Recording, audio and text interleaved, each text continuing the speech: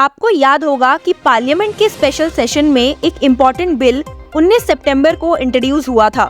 ये bill women को 1/3 reservation provide करता है in the Lok Sabha and state assemblies in India. Prime minister Narendra Modi ने वुमेन रिजर्वेशन बिल को पास करने की रिक्वेस्ट करते हुए दोनों हाउसेस से अपील की थी। उन्हें ये कहते हुए भी सुना गया था कि 27 सालों में इस बिल को पास करने के कितने अटेम्प्ट फेल हो चुके हैं। 29 सितंबर को प्रेसिडेंट द्रौपदी मुर्मू ने वुमेन रिजर्वेशन बिल पर अपना असेंट दे दिया था। ये bill constitution 160th amendment act 2023 के थ्रू लाया गया, which will come into effect after a delimitation exercise is conducted following the next census. Bill लोक सभा, the upper houses of the state legislatures and Delhi Legislative Assembly में women की 1/3 seat को reserve करता है।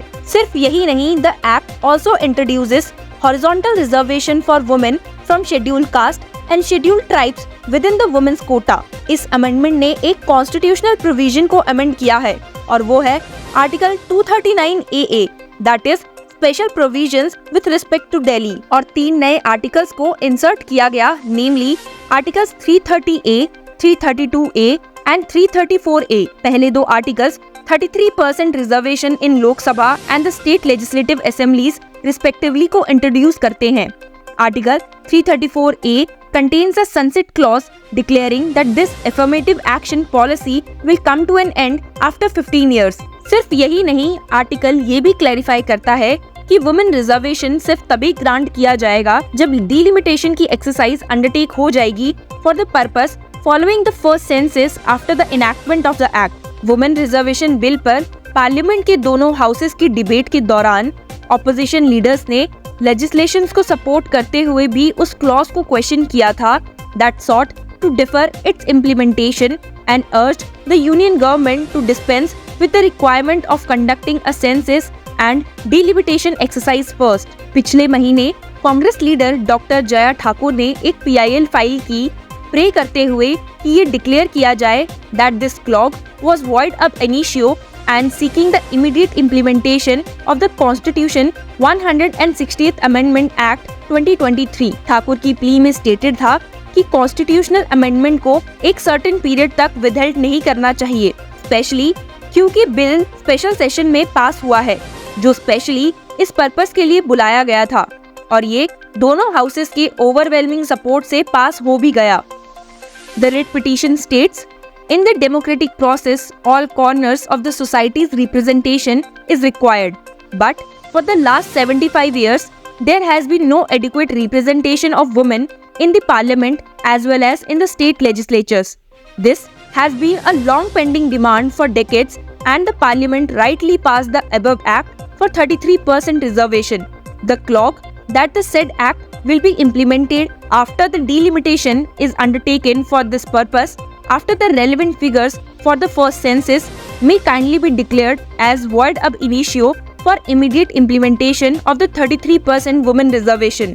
Jaya Thakur versus union of India and another की इस petition में एक नया डेवलपमेंट देखने को मिला है। Justice Sanjeev Khanna and SVN भट्टी के बेंच द्वारा सुनी जा रही ये पिटीशन में senior advocate Vikas Singh appearing for the petitioner ने सबमिट किया that while a census was required before introducing backward classes quota, since the constitution required the government to first determine the adequacy of their representation, such an exercise was wholly unnecessary for reserving seats for women in the state and union legislatures.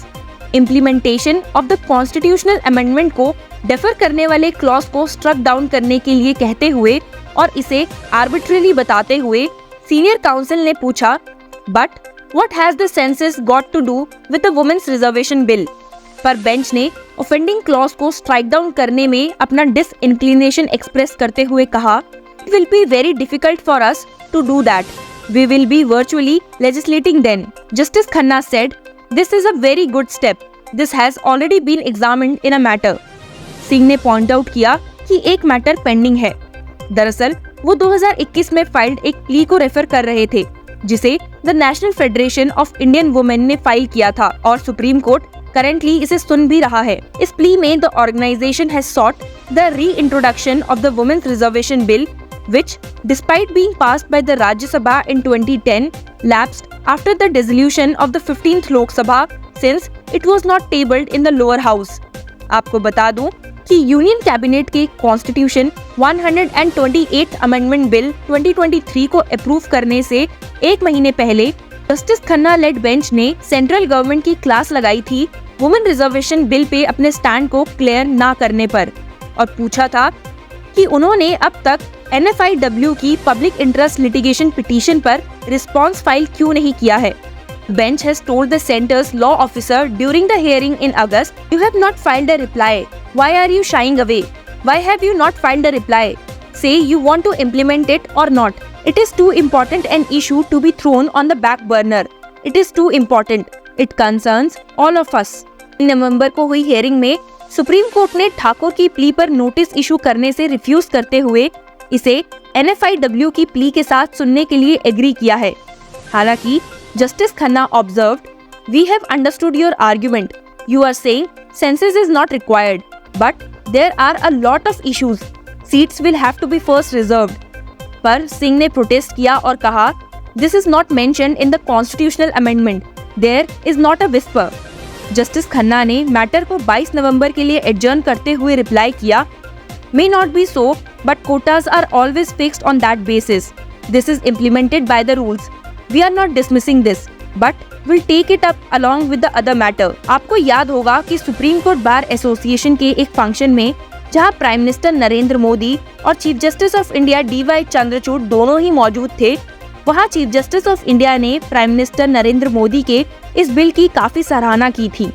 Chief justice of India का कहना था कि वो सरकार के इस progressive move से काफी खुश हैं, पर बिल को पास करना और उसे इम्प्लीमेंट करना ये दो अलग चीजें हैं।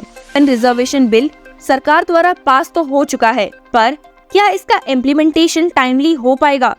Share and keep watching law chakra for more such news.